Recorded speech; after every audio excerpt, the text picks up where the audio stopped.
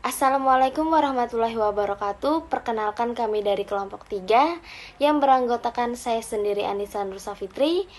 Kemudian ada Kak Dinela Frisnanda, Kak Miaranti Arsi, Kak Muhammad Farhan Azhari, Kak Rifa Syada, dan terakhir Kak M. Rafi'i Hamdi.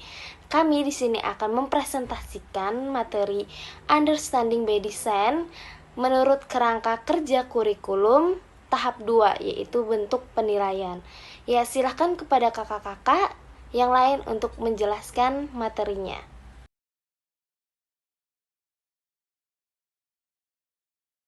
Nah, biasanya kan di Indonesia kita menggunakan forward design ya, di mana pertama adalah aktivitas pembelajarannya, yang kedua adalah asesmen, dan yang ketiga adalah hasil ketercapaian dari pembelajaran tersebut atau apa yang ingin kita tuju lah. Nah, sekarang dirubah nih.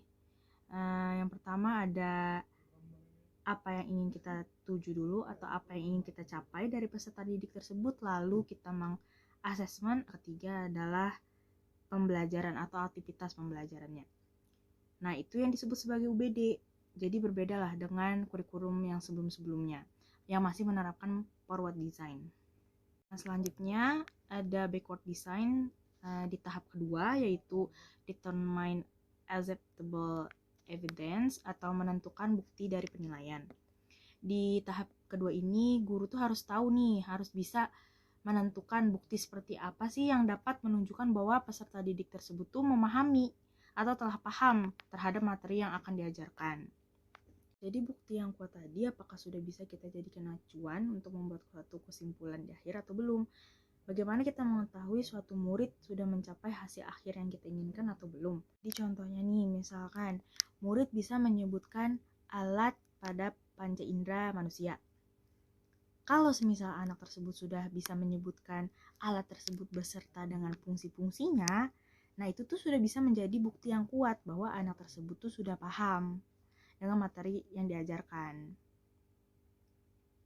Sehingga hasil akhir yang kita inginkan itu sudah tercapai.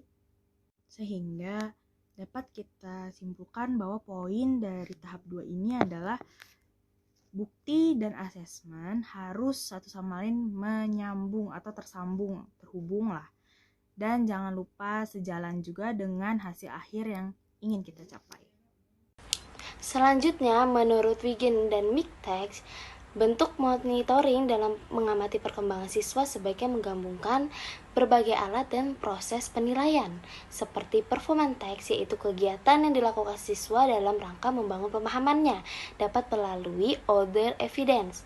Apa sih order evidence ini? Yaitu melalui lembar refleksi, pekerjaan rumah, wawancara, evaluasi diri, kelompok sebaya, dan pengamatan kelompok sebaya, serta kegiatan diskusi bersama. Nah, kegiatan-kegiatan tersebut di dalam order evidence itu dapat membangun siswa dalam membentuk pemahamannya.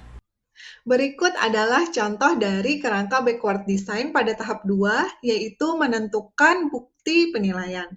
Nah, dalam menentukan bukti penilaian, di sini ada tugas kinerja, di mana peserta didik membuat hidroponik sayuran dan buah di lingkungan sekolah untuk dikonsumsi sehari-hari, dan menerapkan bioteknologi hidroponik dalam upaya pelestarian keanekaragaman hayati.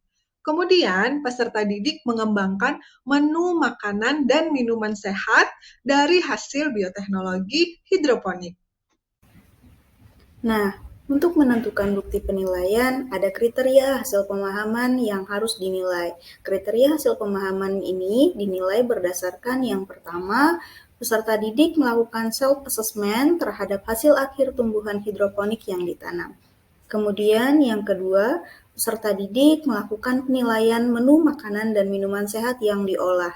Selanjutnya, yang terakhir adalah peserta didik merefleksikan keterkaitan konsep keanekaragaman hayati dengan pemanfaatan sayuran dan buah-buahan yang ada di lingkungan sekitarnya. Baik, selanjutnya saya akan melanjutkan presentasi tentang bukti penilaian yang dilakukan pada desain kurikulum UBD atau Understanding by Design.